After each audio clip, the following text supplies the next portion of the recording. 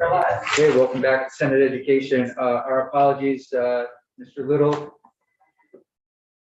So, Senator Chittenden, the floor is yours to talk to us about some language, proposal language that we would put into the House Miscellaneous Education Bill. Great. And if you want to give us a big picture, that would be great. Excellent. So I'm here talking to you about this for a few reasons. One of them being that in 2018, the federal government changed their qualified or permissible expenses against 529 education tax savings accounts, and the state of Vermont has not yet done so. Since this and the other reason why we're here is I have a very politely persistent constituent who is caught in this bubble where they would benefit greatly if Vermont would at least consider synchronizing with the federal code. So this from this discussion that I'm trying to advocate for my constituent because it makes sense. I've been reaching out to different individuals, including Senator Cummings, who is somewhat familiar with this, and she is aware that I was bringing this sort of finance education thing to education to see if you all see merit in pursuing this further. I'm going to assume you all don't know what a 529 Bh Eip program is. So good assumption. Tom Little's an expert, but I can tell you firsthand, I have 3 Bh Eip accounts, and I have for the last 10 years, and those with small kids should really look into this. So what this is every year I put a certain amount of money into an account that can be, it's after tax money, and for each of my kids. I have an account for each of my 3 children, and Vermont has this great tax benefit where up to $2,500 a year, 10% total, so $250 per kid is a tax credit. So when I put $2,500, I haven't always done that, but when I put whatever in up to $2,500, I get 10% back when I do my taxes. So it's a nice benefit that a lot of people take advantage of. But this money has strings attached to it. It can only be withdrawn for qualified expenses, and those expenses are mostly limited to higher education. So when you go to college or expenses that can pay for room and board, books, anything to support kids. And the benefits, the returns that you get, you don't have to pay taxes on as long as they're used for qualified expenses. Capital gains. Now, if you withdraw for any reason that's not in the listed permitted expenses, then you do get hit with a 10% penalty. And this politely persistent constituent is advocating for an alignment of our Vermont tax code with the federal tax code so that in his predicament, he could in fact avoid paying a 10% penalty on a $10,000 transfer. So let me describe what predicament he's in and why this one little sentence would synchronize with the federal code and would also benefit, I think, all of Vermont. One little sentence. One little sentence. So my understanding of this constituent is, and I could relate it to myself, he has 2 kids, maybe more, but he has been putting money into these accounts for the 2 children. One of the children is not going to college, and so the money is sitting there, and another child went to college and also went to grad school and exhausted their Bh Eip money. Now the money is transferable, so across beneficiaries, once it's in an account in the Vermont system, you can move the money. What this constituent is advocating for is that the federal government in 2018 allows up to, and this is an important point that Mr. Little will also echo because of concerns that this might otherwise be used to churn or otherwise expose the state to more affluent users leveraging this for undue benefit. But there is a cap on the federal, and what he's asking for is to synchronize with the federal standards to allow up to $10,000 to be taken from a Bh Eip account to be paid down against educational loans. So right now, the state of Vermont does not allow money to be spent on loans, so paying off a loan. So this would allow this parent to transfer $10,000 to another beneficial kid's account and then pay off $10,000 in graduate student debt, avoiding the $1,000 fee that he would otherwise have to pay on that $10,000 cap, the penalty to the great state of Vermont. The key thing is that the arguments against this that I've heard so far, and I spoke to Senator Richard Westman, caught me this morning. He owns this program. He knows everything about 529. So he explained a lot, and he said that there was actually a drive for this, and he made me aware of this before my time. In 2019, the Lake Champlain Chamber of Commerce was advocating for, there were 3 changes made by the federal government in 2018. One, to allow these expenses to go to K through 12 schools. Nobody wants to do that because that would just foster and encourage private and would take money away from public schools. And So we're not talking about that. The second one is the chamber was not advocating for that, nor was anybody else. I don't think VSAC would support that either. I don't want to speak for VSAC. I just don't see a reason to argue for it. The other one is what we're talking about, and the third one is apprenticeships. In the 2019 discussions that led into the pandemic, there was support, and I spoke with Austin Davis today, who said he'd be happy to come in and testify if we wanted to hear from him. There was correct, the Lake Champlain Chamber. So he was familiar with this discussion based on Richard Westman pointing me in his direction. He said that there was support because of the sensible reasons, the $10,000 cap. And the last piece I'll say is the arguments against these VHEIPs is it's usually the most affluent individuals that are benefiting from this. Because I have not always been able to put in $2,500 after I've been lucky of the last 2 years to be able to max out for each of my kids. But for the first 8 years, I was putting in like $200, whatever I could set aside. So my point is, those that have less money don't benefit from this. But the two counterpoints to that is, this is only going to apply to kids that had to take out debt. So I would argue that affluent individuals are not necessarily going to want to pay the interest when they could in fact just pay directly, because the concern is that they could churn it, put the money in December 31st, take it out January 1st, and still get the $250 benefit. So that I believe this is worth considering for the same reasons the federal government instituted it for education loans, because that is a way benefiting the kids that had to go into debt to get an education, and B, the $10,000 cap makes me think this is a miscellaneous, somewhat small scale tweak to our Vermont tax code to sync with the federal code. With that, I'll stop talking, either take questions or whatever you want to do, Chair. Questions? Yes. What's the $10,000 cap again? So the cap is per beneficiary. The beneficiary can only get $10,000 out of a VHEIP account to pay off an educational loan, a qualified educational loan. So the language before you is synchronized with the federal code on what's qualified as an educational loan. So it's the $10,000 per beneficiary, or the $10,000 for the transfer, or both? I would yield to Tom Little if there's a cap on transferring. I know that the $10,000 is a cap on educational loan is what I've heard so far. And just before we go to Tom, so this is basically if I had a kid that was in grad school or whatever and had taken out a lot of loans, or undergrad, we're basically allowing the family to transfer those dollars to pay off some of their student debt, really, right? It's simple, yeah. But only if the transfer only happens if you happen to have more than one child, they have a count, but otherwise, the 10,000 is there. Yeah, but right now, if you had the two kids and one kid had $40,000 in their account and had 30,000 tuition, they could still do $10,000 with a loan, or Vermont doesn't allow it at all? No loan in Vermont is my understanding. So you're proposing two things, I understand. One, the transfer, and then to the loan, or right now you can already transfer, so we don't need to change the transfer. It's just the loan part. Okay, I get it. My understanding, the transfer is already permitted. It's just a permissible educational loan up to $10,000 payoff. And there's no, well, Mr. Little can tell us if there's any cap on the transfer on other matters. Senator Herbert, do you want to jump in before we go to? I'm curious to know what happens if you have that type of a savings and your child doesn't go to school.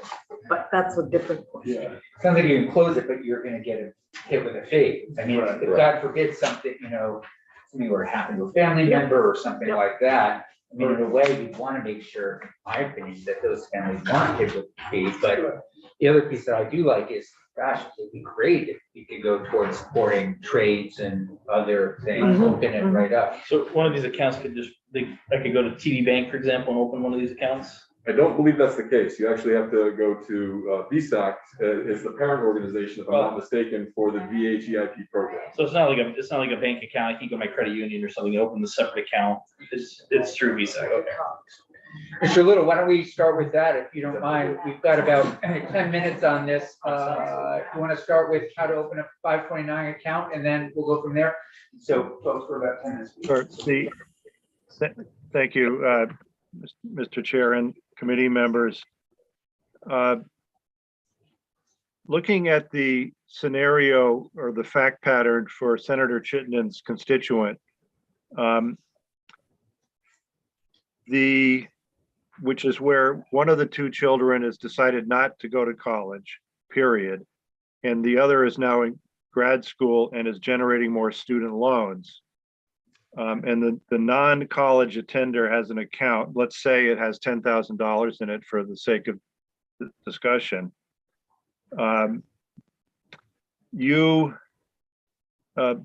account owner, which in this case is, I guess, the father, could sit on that account indefinitely and wait for there to be grandchildren, and then insert one of the grandchildren's names in that, change the beneficiary designation, and the account would be eligible to be used for the college education expenses of the grandchild. So the law permits you to change your beneficiary on the account to have some flexibility to move it between children or grandchildren based upon where they are in school, whether they're going to go to school, and those variables. But if you have a situation where, for the sake of the example, one child is just decided never going to go to college, and the other child is out of college and is now repaying student loans, under the federal law, you can use up to $10,000. And it's the 10,000 is measured again on a per beneficiary basis. So the one of the children can get the benefit of a total of $10,000 from any number of different savings plan accounts. So you can't stack these things up and push $30,000 to that student who's in repayment on her student loans. It's $10,000 in a sense for the lifetime of that particular student total, which is, it means that I think if you're looking at this as the finance committee would, from the standpoint of the fiscal interest of the state or the impact on state revenues from the tax credit, having it limited to $10,000 per beneficiary for the lifetime of the beneficiary is, I guess you could say it's a check or a break on the fiscal impact on the state.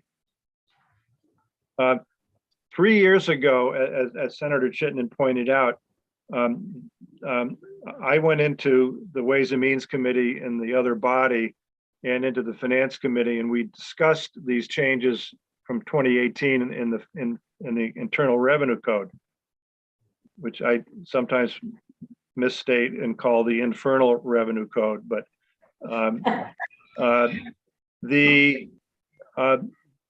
there was interest in the registered apprenticeship component, and that's the one of the three that made it into Vermont law.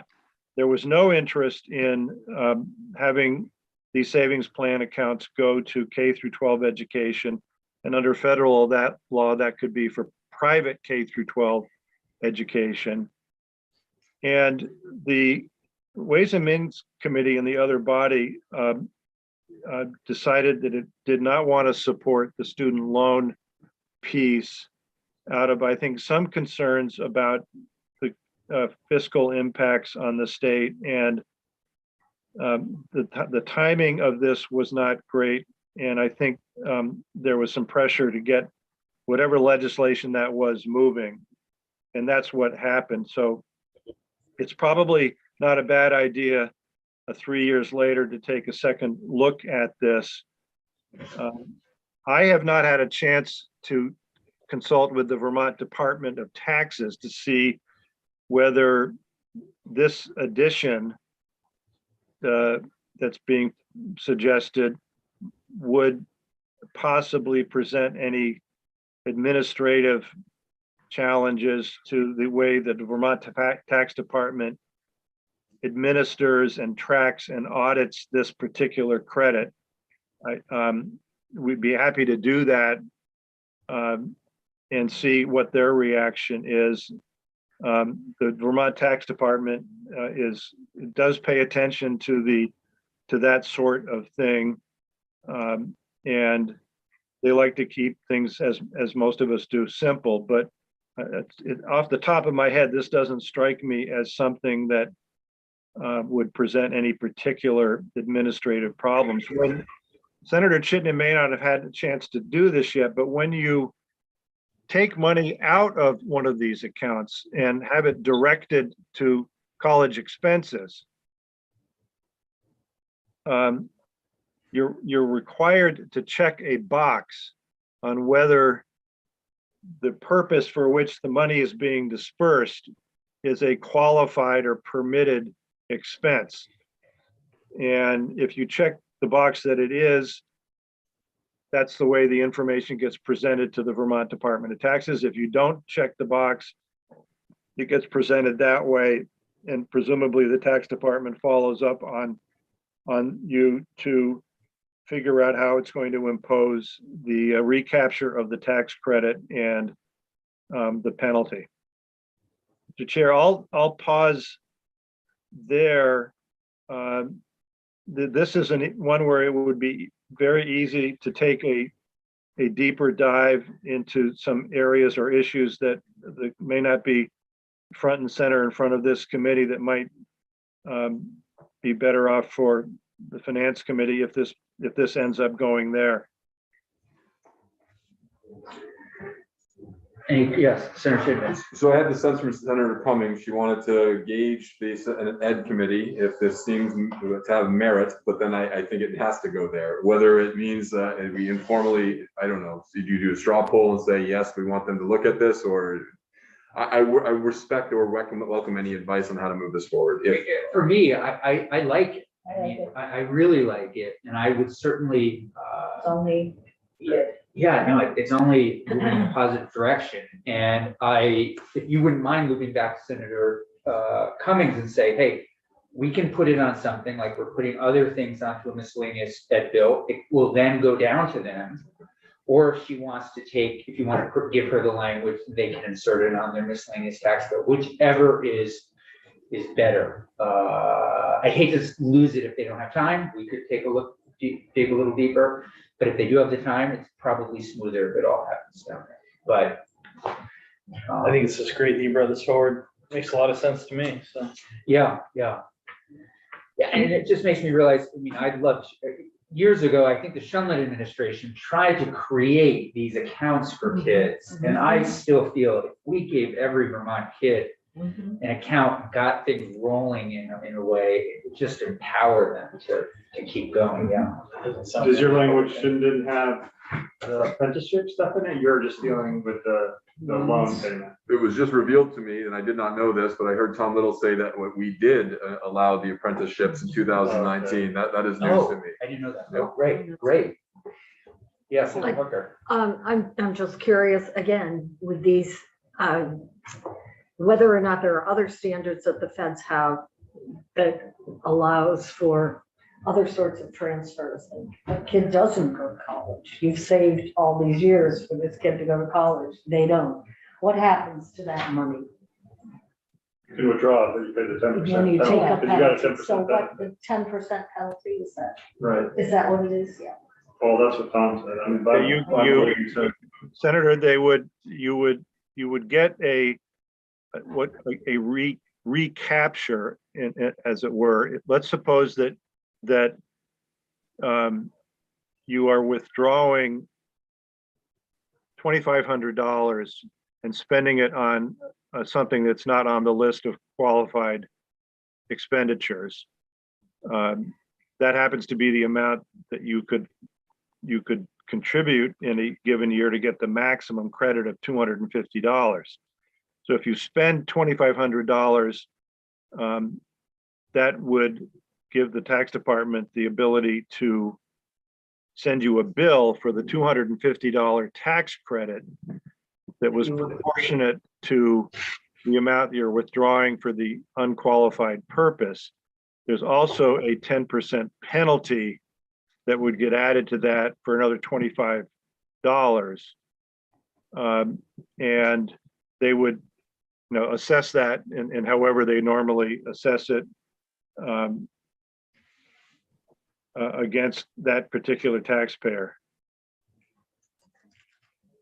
Thanks.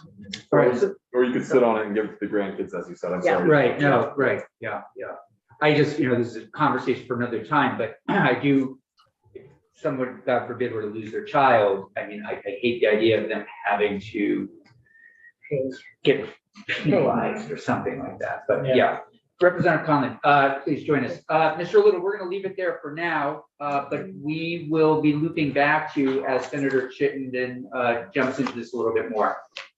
I will check in with the tax department. Thank you, appreciate it. Bye. Representative Conlon, I apologize for the delay. Not a problem. Thanks for joining us. You are the last person to join us to talk a little bit about H727. And I'm wondering if you could give us the big picture on it. Sure, let me just run through it section by section. It's 180 pages. Yeah, we know that. It's 180 pages. All right, so Page by page. So very simply, 727, most of 727 is. You know everybody here, Peter? We have, I think, at least passed by in the hallway. Anyway, Peter Conlon, House Committee on Education. So 727 really, most of it is a rewrite of Chapter 11 of Title 16 and is really the work of the Agency of Education. Title 16 really covers the creation and organization of union school districts. And under that we put unified union school districts, union elementary school districts, union high school districts. So, everything that everybody went through with Act 46, creating unified union school districts, it was all in Chapter 11, but this reorganizes it, rewrites it, heck of a lot more detail, heck of a lot more specificity, so that in the future, if two towns or two districts are looking to merge, they can find their specific situation much more easily. It's kind of a one-stop shop for everything you need to know. And it may seem a little counterintuitive, haven't we already done all of that through Act 46? But in fact, there's currently a merger study committee going on in Addison County between two districts that were formed under Act 46. So it's not going to not happen in the future. And really, this was an effort by, frankly, Donna Russo Savage to take all of this, rewrite it, and make it much easier to use for like a school board member or a citizen.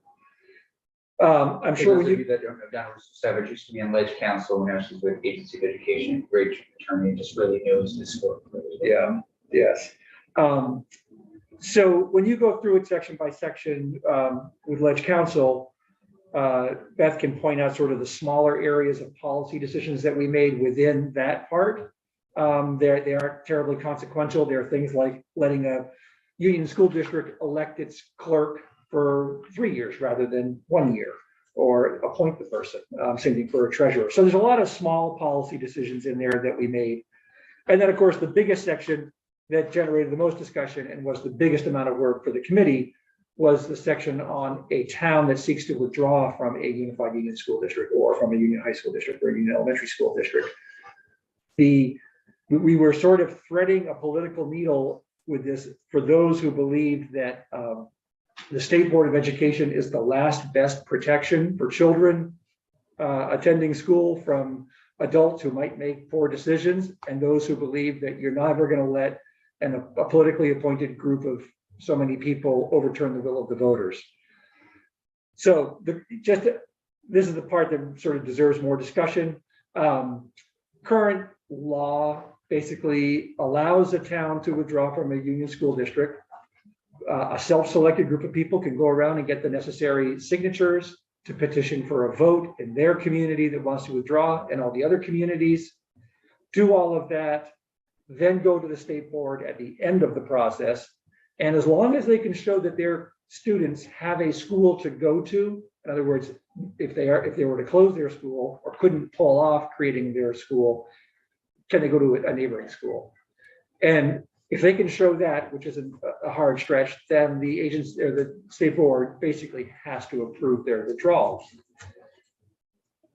We sort of took that process and reversed it a bit and said, first of all, it should be more formal. That if we're gonna take the time to merge districts with a lot of thought and care, transparency and accountability, and involvement of the state board up front, we should probably be doing the same for withdrawals or dissolutions of merged districts.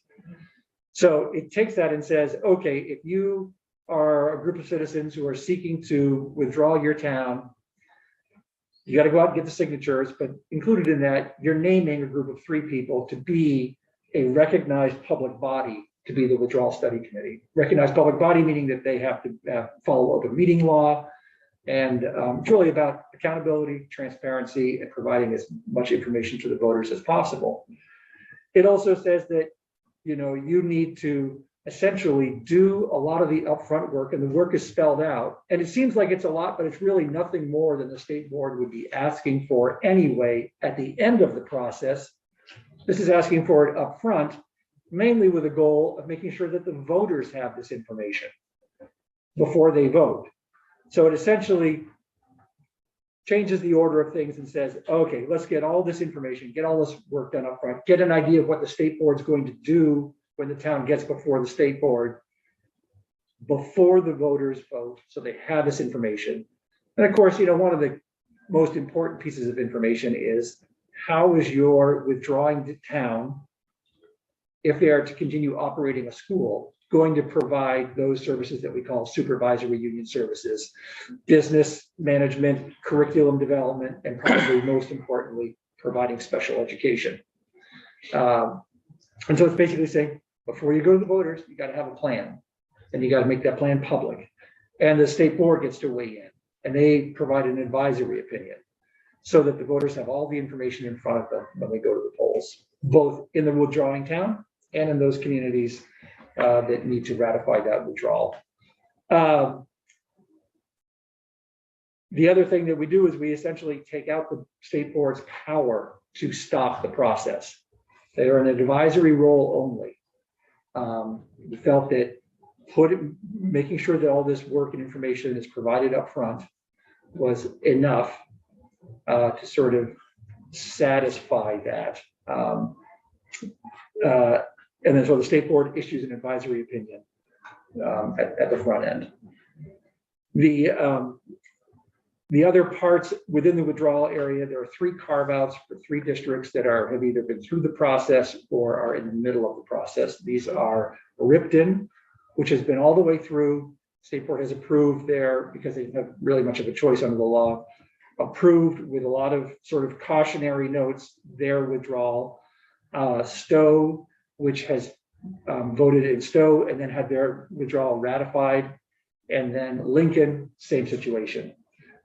Basically, in those cases, they all need already in process. They're already in process, and they basically need to provide either their plan or a status report to the state board. They're in the final part. Yeah. So 2 haven't been before the state board yet. 1 has already been to the state board. Those are the only 3. Yeah, those are only 3 that have voted or they're in process. Okay. Yeah, there are others who have been through the complete process and are already sort of You dissolved. represent Ripon, so you kind of have firsthand experience. Yeah. I mean, not only do I represent Ripon, I'm also on the school board that it withdrew from. Okay. So, yeah. But you know, but they, before this came to us, they had already had their approval by the state board. Yeah, they use that firsthand experience. Yes. Yeah. So those are sort of the big things in a nutshell. And then, you know, you'll get a good education in essentially differences between all these various kinds of unified union school districts, union elementary school districts, union high school districts as you go through it. But like I said, the vast majority of this is rewrite of Chapter 11. It's existing law that is made much more user-friendly. Great. Yeah. And I guess I will say, I've been sort of the lead on this in our committee. I know it intimately, and if you ever have a question or want to know why we did something, just stop me, write me, whatever. I'm happy to discuss it. Really appreciate that, Senator. And was it brought by AOE or is like Yes. still the youth sponsored? No, it was. So this was always something that this is a great question because I wanted to point this out. Something that the AOE has been working on. And this year with the field saying, don't do any great new initiatives, with the AOE saying, please don't do anything big, and having 2 ledge councils assigned to education, we figured now or never. And Ms. St. James was hoping for never. Yeah. That's terrific. Please, Senator Chinton. It all seems very reasonable. I don't know if this is an appropriate ask, but what was the floor vote of out of the House? The floor vote out of the House, well, so our committee passed it 11-0.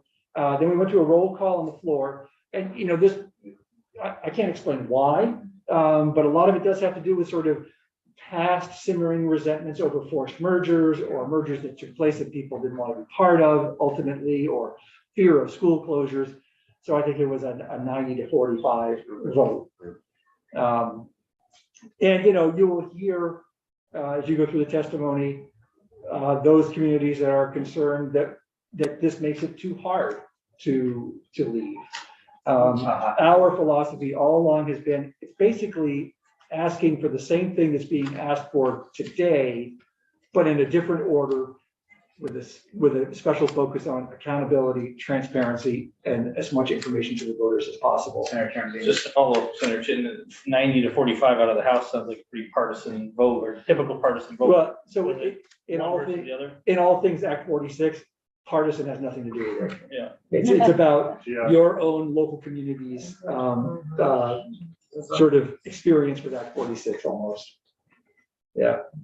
No, I mean, Yeah, I think a lot of it I can't explain. Yeah. We may even start just having an overview again, remind everybody what Act 46 is and does, et cetera. You get a chance to look at our map. Get our. Yeah. Yeah. I'd welcome that. That's really helpful. Yeah. Thank you. You're welcome. Any other questions for Representative Conlon? Anything else from you? Peter? No, I know, but like I said, you know, there are some political decisions that you make through here, and if you ever want to know more about the debate we had, happy to help out. I think you'll probably get a lot of the same testimony from people testifying. And the 3 towns that you mentioned are in the process as Yeah. it stands, so they're. Yeah, there is session law at the end of this that addresses them and provides for a little bit more accountability, but basically they are The same sort of as free to what it move is. along if they so choose. But actually, one thing in those I will point out is we did give the state board one power, and that is with those 3 that are in process. If their town decides we don't want to do this, they can hold a vote and say we're abandoning ship, and we gave the state power to essentially avoid all the votes that took place and let them just sort of stay as is. The thought being that under current law, they'd have to go back and get voted back in by every single town in the Union District. And you could see where they don't want to be alone, but all it takes is one town, perhaps feeling a little bitter over what happened, voting no, and they'd be floating out in this world that don't have a home. Yeah. So I was pointing out that Representative Collins is a former Peace Corps volunteer. Oh, so I really? trust him. Oh, yeah, that's great. Yeah. That's great. Yeah, we have one on our committee. Yes, well, we Yeah. were in the same country, but at different times. Oh, you were? Okay. With my wife, With your wife, What yes. country? Where were You- you? Paraguay. Paraguay. Not me, my wife was there. I was in Panama. Yeah, there are a handful of us Yeah, in the building. thank you, Representative Conlon. Thank you Really very much for your appreciate this, time. as Yeah. well as the offer to be helpful. Yeah, to make yeah, our way really, through it. I know you guys put a ton of time. We put a into lot it. of time into it, and you know, it's really important that this get through this year because of all the foundational work that's been done by the AOE on this. Great, thank you. Thanks a lot. Yeah. Ms. St. James, we are not going to be able to go through, of course, the entire thing today. So, so I think what we'll do is we'll reschedule with you. How much time would you, Can I come up to please, the table? absolutely. I was hoping we could kind of game plan. Yeah, okay. How much time would you say we would need? I was thinking about starting with having somebody come in. We have, I'm back on this committee after a while. There's some new folks. Sort of a quick overview of Act 46. I don't know if you can help us identify the best person to do that. Just high level, 20 minutes. And then I thought maybe you could follow that person and take us through the bill. Sure. And I was thinking maybe a Thursday. if Sure. that would work for you. I'm And I'm just wondering how much time might you need to give us a good overview? And that would give us time to just sort of at least skim it. So for Ourselves. Act 46, not that this is my lane, Yeah. but you could the attorney that I worked with at AOE was Donna Russo Savage, who also drafted Act 46. Would you please have Donna come in? Oh, I'm sorry, were you thinking Donna, or were you thinking you would? Donna, Yeah, I'm just okay, saying, so that'd be great. Donna and I worked very, very closely on the House side to Sure. get this where it is today. Great. She was involved pretty much in every draft and everything at the direction of the Yeah, House. that? Donna Russo Savage, from AOE, in Act 46. She's great. So as far as how long it would take to present this, so I would suggest for your consideration, the way the House handled this, remember this was a committee bill, so it came in chunks, Yeah. but they handled it and they used the word chunks. So they handled the like big bill of the rewrite portion, the kind of non-controversial reorganization detail added as one chunk. Okay. And that took me about 3 days to get through in the House, going line by line. 3 days to present it? Not 3 full days, 3 days Three in times. committee, 3 times.